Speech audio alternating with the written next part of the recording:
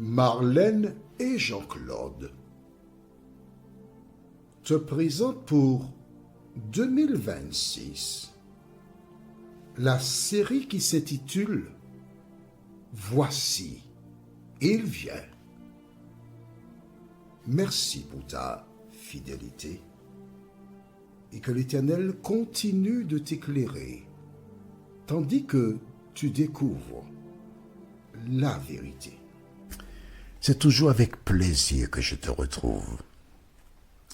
Aujourd'hui, notre thème, c'est « La nature révèle Dieu ».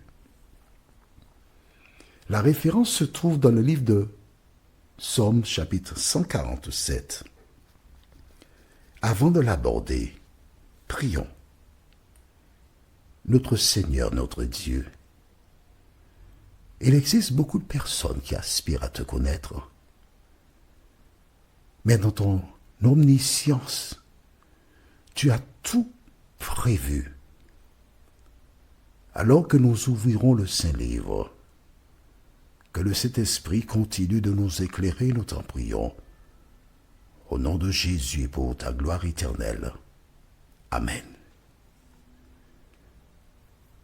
Dieu a tant aimé le monde qu'il a donné son Fils unique afin que quiconque croit en lui ne périsse point, mais qu'il ait la vie éternelle. Et nous trouvons cela dans le livre de Jean, chapitre 3, verset 16. Quand j'ai entendu ce texte pour la première fois, Dieu a tant aimé le monde.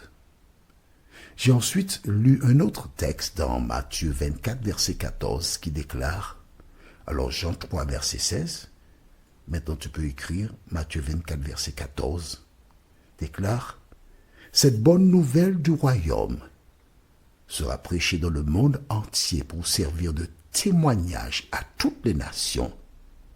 Alors viendra la fin à toutes les nations, à tous les individus. Or, il existe des personnes qui ne croient pas en Dieu. Elles sont athées. Des personnes qui doutent de l'existence de Dieu. Comment peut-il atteindre ces gens-là? C'est une question qui m'a toujours interpellé. Alors, aujourd'hui, la Bible nous indique que dans le chapitre 147 de Psaume, que la nature révèle Dieu. Comment? Découvrons cela ensemble. Tu veux bien? Lisons. Louez l'Éternel, car il est beau de célébrer notre Dieu. Car il est doux, il est bienséant de le louer. L'Éternel rebâtit Jérusalem. Il rassemble les exilés d'Israël. Il guérit ceux qui ont le cœur brisé. Et il pense leurs blessures. Il compte le nombre des étoiles et leur donne à toutes des noms. Notre Seigneur est grand, puissant par sa force. Son intelligence n'a point de limite. L'Éternel soutient les malheureux. Il abaisse les méchants jusqu'à terre. Chantez à l'Éternel avec action de grâce. Célébrez notre Dieu avec la harpe. Il couvre les cieux de nuages. Il prépare la pluie pour la terre. Il fait germer l'herbe sur les montagnes. Il donne la nourriture au bétail. Au petit du corbeau, quand il crie, ce n'est pas dans la vigueur du cheval qui se complaît. Ce n'est pas dans les jambes de l'homme qu'il met son plaisir. L'Éternel aime ceux qui le craignent, ceux qui espèrent en sa bonté. Jérusalem célèbre l'Éternel. Sion, loue ton Dieu, car il a fermé les barres de tes portes. Il bénit tes fils au milieu de toi. Il rend la paix à ton territoire. Il te rassasie du meilleur froment. Il envoie ses ordres sur la terre. Sa parole court avec vitesse. Il donne la neige comme de la laine. Il répand la gelée blanche comme de la cendre. Il lance sa glace par morceaux. Qui peut résister devant son froid? Il envoie sa parole et il les fond. Il fait souffler son vent et les eaux coulent. Il révèle sa parole à Jacob, ses lois et ses ordonnances à Israël. Il n'a pas agi de même pour toutes les nations, et elles ne connaissent point les ordonnances. Louez l'Éternel. Amen. Alors tu me diras certainement, oui, mais je n'ai pas vu là comment Dieu se révèle à travers la nature. Dieu sûr. Aujourd'hui, beaucoup d'agriculteurs, pas tous heureusement, utilisent des pesticides, des produits pour booster la terre afin d'obtenir plus de résultats. D'accord? Beaucoup font cela. Mais il existe des endroits où il n'y a pas de pesticides. Et des personnes mettent une semence en terre et récoltent des fruits de qualité. Donc l'agriculture, c'est une manière pour interpeller les hommes. J'aime beaucoup regarder les reportages. Et je regarde par exemple quand un éléphant met bas sur un petit, l'éléphant est debout. Brusquement, on voit quelque chose apparaître et pouf, le sac tombe, tout seul. Il n'y a pas de sage-femme, il n'y a pas de gynécologue. L'animal, le petit sort et c'est parti.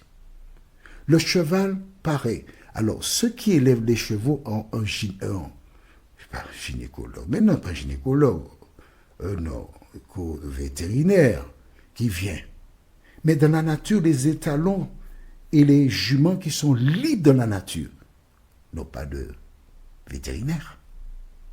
Les ours, les lions et autres, tous ces animaux mettent bas sans l'intervention de quiconque. Mais ce qu'il y a d'extraordinaire, puisqu'on parle de nature, des gens calculent à partir des lunes pour planter. Des femmes accouchent à partir de certain nombre de lunes. La science a réalisé qu'en fonction de la pleine lune, des gens ont un comportement particulier. On parle de nature. Hein?